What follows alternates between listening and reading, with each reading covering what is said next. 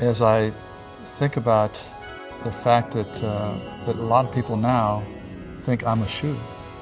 They didn't know I was a tennis player, and they don't even know that I exist necessarily, but they like the shoe.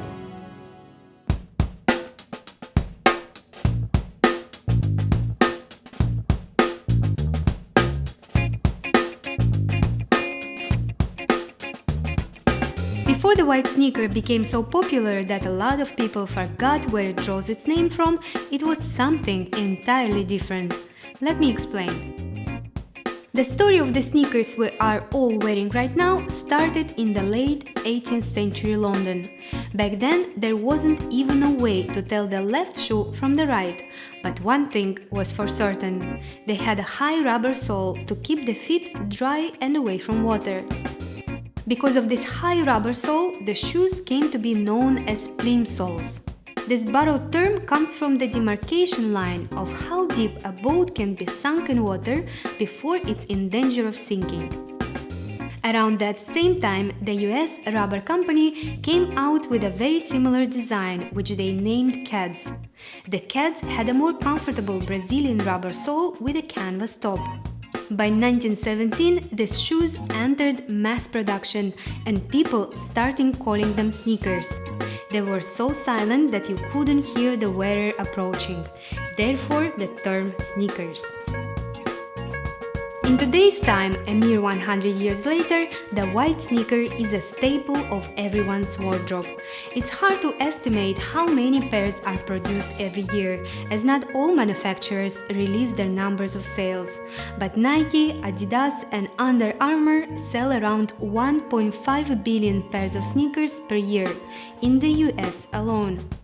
It's safe to presume that globally that number is at least double. The average US male owns 12 pairs of shoes in a year, while the average female has 27 pairs. With fast fashion and never-ending trends decreasing the time a pair of sneakers is worn before being discarded, it's clear that we need a solution, and we need it fast. Before I tell you how you can care and get more mileage out of your beloved sneaker, let's look at how we got to a world dominated by it. One of the most enduring and iconic sneaker design was introduced by Marquis Converse in 1917. He produced the first shoe made just for basketball, called Converse All-Stars. The shoe wasn't too far off in the design from the plimsolls or Keds of those years. What was unique about them was the association with athletes such as Chuck Taylor. Chuck Taylor, a basketball player, endorsed the shoe and they became known as the Chuck Taylor All-Stars. By the 1930s, the sneakers would become the most sold athletic shoes ever, with over 600 million pairs sold. While the US sneaker market was being dominated by Converse, in Europe, Adi Dassler set out to break records with his own invention. At the 1936 Olympics, track star Jesse Owens crossed the finish line first 4 times in Adidas sneakers. His spirit, speed, and 4 Olympics gold medals pushed the sneaker even further into popular culture. By the 1950s, athletic-inspired sneakers began influencing fashion. James Dean's huge fan following transformed everything he was wearing into a cult must-have. And so the sneakers he wore on the set of Rebel Without a Cause, a pair of white Converse Jack Purcells, brought the white sneakers to the attention of the regular fashion enthusiast. The overall white sneaker champion of the 60s is the Adidas Stan Smith. This white tennis shoe's classic cut, comfort, and understatement makes it easy to adapt to any wardrobe. So it's easy to see why it's a classic that will always make a comeback. In terms of series sales, the sneaker really took off in 1984 when Michael Jordan signed a contract to wear a Nike shoe called Air Jordan, the most famous basketball sneaker ever made. Although Jordan retired from the NBA, his shoes continue to be bestsellers. Some editions of the Air Jordan have become cult classics among sneakerheads, with some pairs being traded for thousands of dollars. The competition between brands such as Nike, Reebok, and Adidas changed the way sneakers looked, adding wild colors and even doing away with laces. Sneakers began to be produced for every sport, including walking, skateboarding, and cross-training. In the early 90s, the growing public obsession with white sneakers increased as they appeared on film stars such as Tom Hanks in Big and Forrest Gump and Michael J. Fox in Back to the Future. Around the same time, sensing that technical advancements in the production of sneakers can only take a brand so far, Adidas entered pop culture by getting associated with rock stars and hip-hop artists. Run DMC's love for their white Adidas Superstar sneaker even inspired their famous My Adidas song. My Adidas walk through concert doors and roam all over Coliseum. The colorful 90s turned sneakers into heavily branded and brightly colored sports shoes, making them hard to impossible to wear at the office or at a formal event. But as you have probably guessed by what we're wearing to work today, that was about to change. Prada was the brand that brought this change to the fashion industry. In luxury sportswear, the brand was a real trendsetter, launching a sneaker with its debut Prada Sport collection from 1997. It introduced the humble sneaker to the world of high fashion, and since then every designer has followed suit. The popularization of the sneaker as an everyday shoe has brought some attention to the way these shoes are produced and at what costs. Although Nike has been using sweatshops to mass produce its increasingly affordable shoes since 1970, the media caught on. In the 1990s, Nike's manufacturing scandal took hold of the brand's image and exposed the ugly truth about the real cost of sneakers. Of course, Nike was not the only brand that used sweatshops or child labor to produce sneakers at that time, but the market understood that this cannot continue as it was. Multiple brands such as Stella McCartney and Veja have made it their business to produce sneakers made with biodegradable materials that are ethically made and sustainable. Other mass-market brands continue even today to create cheap white sneakers through child slavery, mindless destruction of nature resources, animal cruelty, and constant pollution. Now that we know how the white sneaker became so popular, let's take a look at how it is produced and at what cost. Sneakers are made from a combination of materials that belong to its two halves, the upper part and the sole. The sole has three layers: insole, midsole, and outsole. The insole is a thin layer of man-made ethylene vinyl acetate, or EVA. EVA is a byproduct of plastic and is not biodegradable. Although it can be recycled, this never happens, as manufacturers don't want to shoulder the additional costs of collecting old sneakers and breaking them down into their reusable parts. The midsole's purpose is cushioning. It's very rare that the midsole consists of something else other than polyurethane or polyurethane foam. PU is not biodegradable as well, as it's also obtained from plastic. Lastly, the outsole is usually made out of rubber. If the outsole is made out of natural rubber, sourced from trees, then this is a better alternative, as it's biodegradable. However, as sourcing natural rubber takes time and it can cause more expenses to the manufacturer, most brands prefer to use chemically synthesized rubber by mixing in a byproduct of petroleum.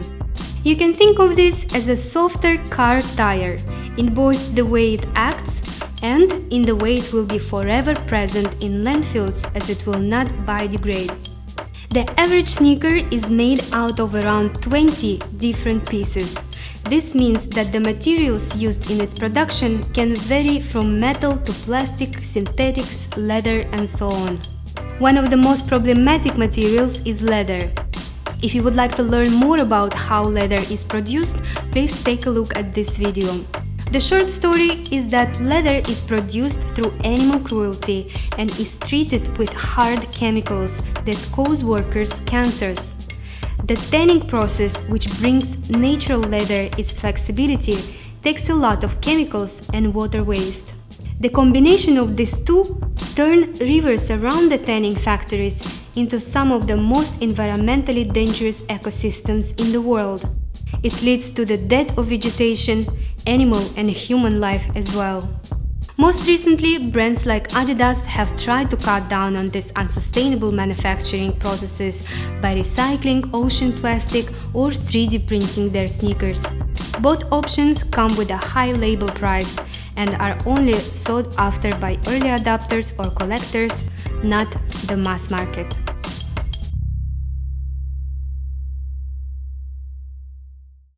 I know it's hard to think of our most comfortable shoes ever as one of the worst environmental nightmares we face today.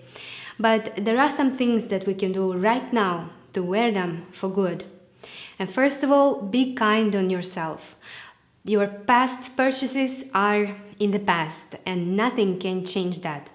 But what you can try to do right now is to hold on to your existing sneakers for as long as possible. Sneakers are built tough. They were made to take the continuous beatings of vigorous exercise. They can withstand water, cold and heat. So they were made to be almost indestructible.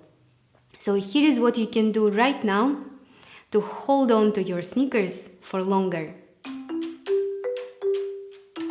By wearing your sneakers in rotation with other shoes, you give time to the sole to recover its initial cushioning state, and wearing the same pair more than twice a week is not recommended.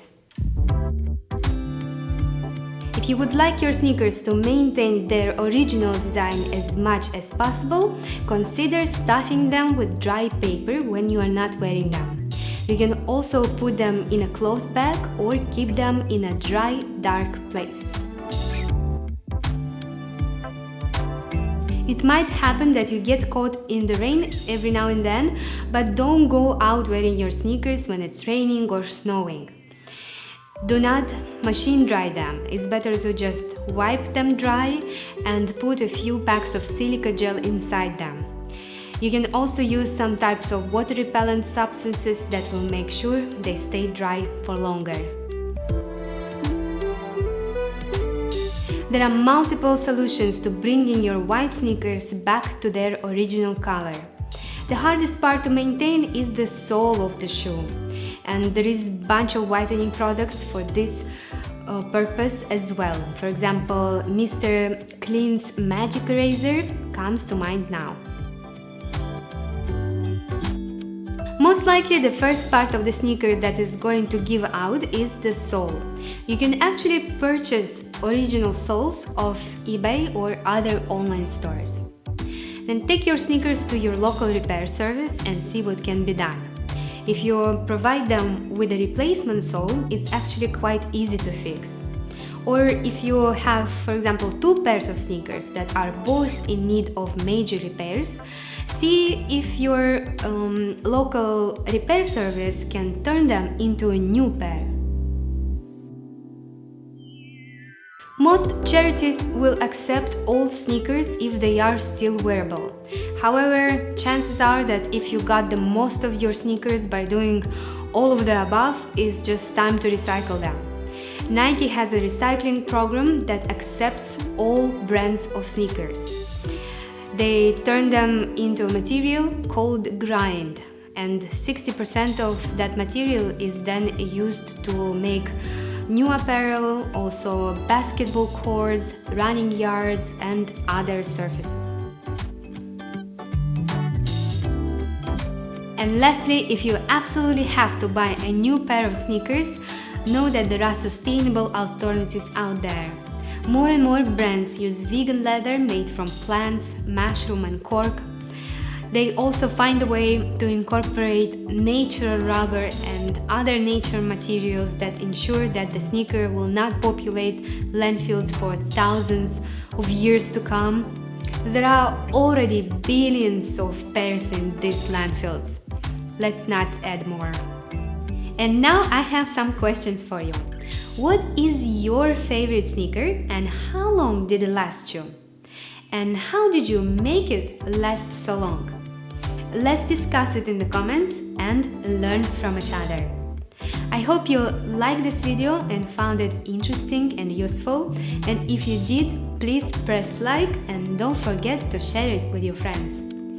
Thank you so much for watching. I'll see you next time.